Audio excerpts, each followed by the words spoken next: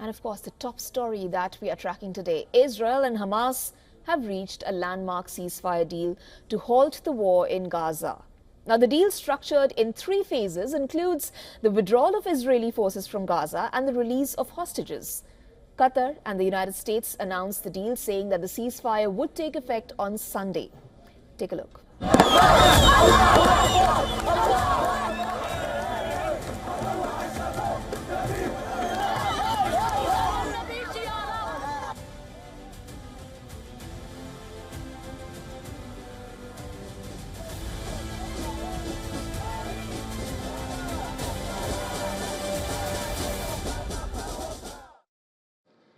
Because at long last, I can announce a ceasefire and a hostage deal has been reached between Israel and Hamas. For more than 15 months of conflict that began with Hezbollah's brutal massacre on October the 7th, more than 15 months of terror for the hostages, their families, the Israeli people, more than 15 months of suffering by the innocent people of Gaza. Fighting in Gaza will stop, and soon the hostages will return home to their families. Now, the deal will take effect in 3 phases, with the first phase lasting 6 weeks. During the initial 42-day ceasefire, the Hamas would release 33 hostages. Those first released would be women, children, the elderly people, as well as ill and the wounded people. Several Palestinian prisoners would be freed in exchange for the hostages, with the final number depending on how many of the 33 hostages are alive. Reports say that 30 Palestinian prisoners will be released for each hostage, while 50 prisoners will be set free for each female soldier. Now, the Israeli forces would withdraw from the crowded areas in Gaza. Reports say that the Israeli forces would withdraw from the Netzarim corridor westwards towards Salahuddin Road to the east. The Phase 1 will also see the return of the displaced people to their residences. Now, the second and the third phases would be finalized during the initial 42 days. Welcoming the deal, the Israeli President Isaac Herzog said that the agreement was the right move to bring back hostages. Listen to this. Special thanks to the President of the United States, Joe Biden, and his administration for their efforts. And of course to the incoming President of the United States, Donald Trump, and his people.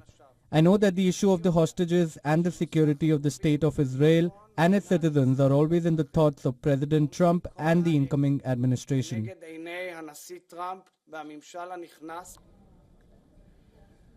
Israel's cabinet was expected to meet on Thursday to approve the ceasefire and the hostage release deal.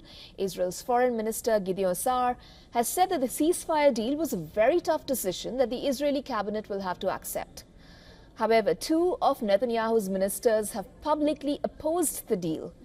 Far-right Finance Minister Bezalel Smotrich said that the agreement was a bad and a dangerous deal for the security of the State of Israel. And the National Security Minister Itamar Ben-Gvir said that he opposed the disastrous deal. Demonstrators in Tel Aviv calling for the release of the hostages rejoiced as the news of the agreement spread.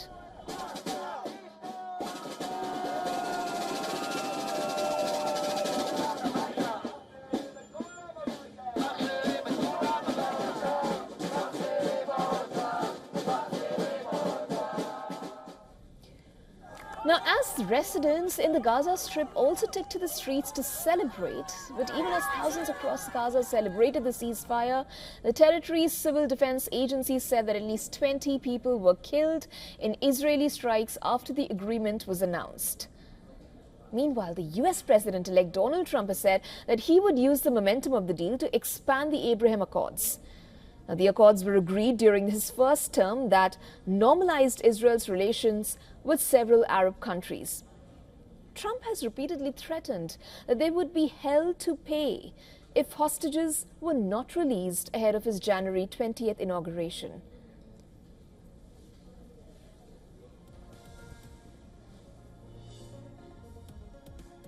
We earlier spoke to our correspondent Gadi Francis on the phone line about the mood and the reactions pouring in from across Lebanon, Syria and the rest of the Arab world.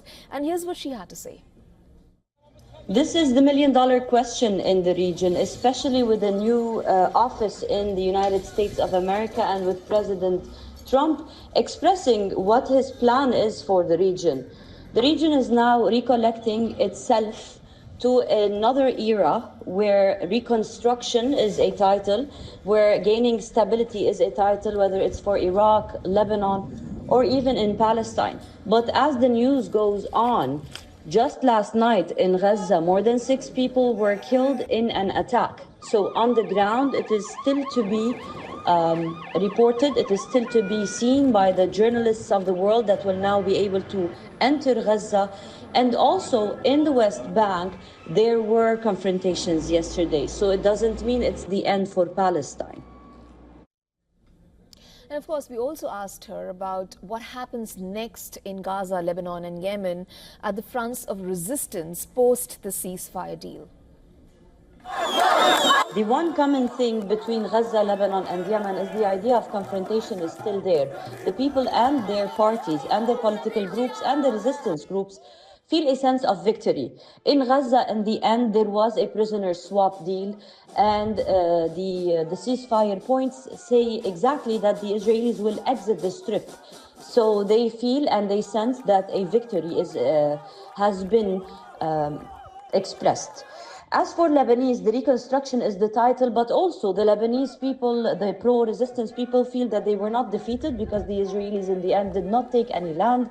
They were able to stay, and Hezbollah did not vanish. It is still there in the political spectrum and even as a military group. As for the Yemenis, we have been reporting that always. And I think in the following weeks, we will still be reporting because many things would escalate. The Yemenis did disrupt the world trade in solidarity for Gaza, and this will not pass easily, whether it's in political concessions, in talks, or in actual strikes that will remain in Yemen. We are yet to be reporting about this. The Yemenis have expressed their pride and victory, but their problem with the world empire is not only Gaza at that point.